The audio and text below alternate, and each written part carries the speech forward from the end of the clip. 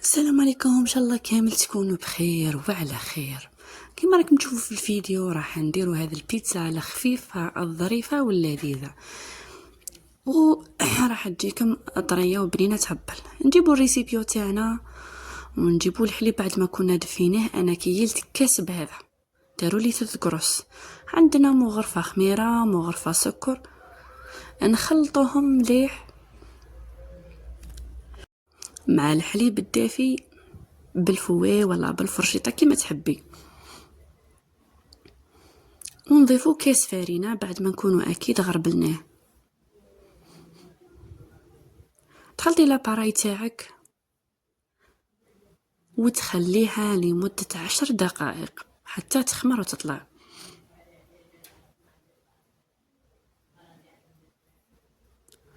شوفوا لهنا بعد 10 دقائق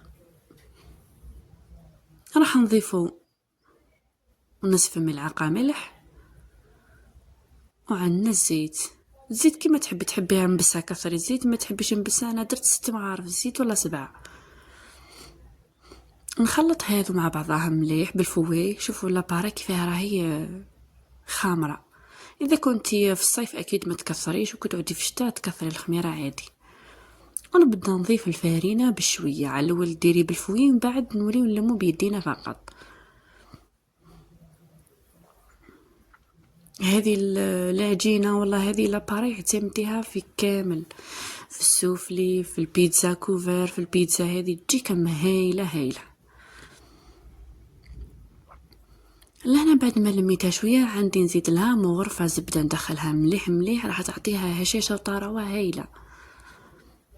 واذا ما عندكش يعني مش شرط، ما هي شرط.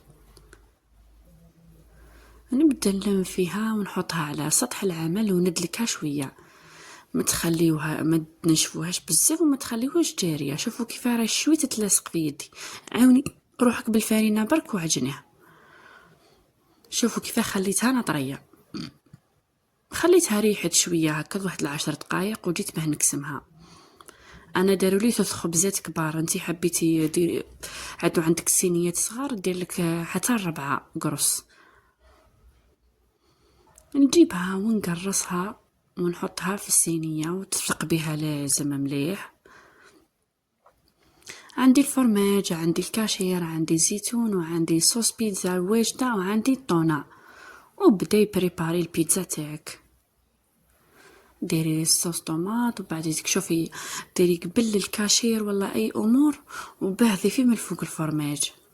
هذه اللي هنا عندي شويه طون.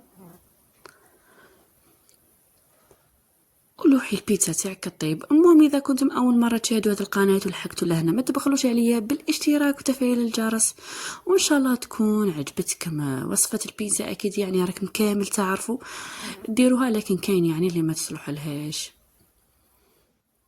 ولوحها طيب وبصحه وعافيه، بسلام.